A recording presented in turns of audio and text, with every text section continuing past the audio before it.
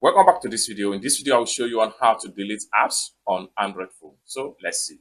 But before we dive into the tutorial, if you find this tutorial useful and you are very new to this channel, remember click on that subscribe, turn on the notification bell for more useful tutorial like this. So with that being said, let's get started. The very first thing you want to do is to locate the app that you want to delete from your Android phone.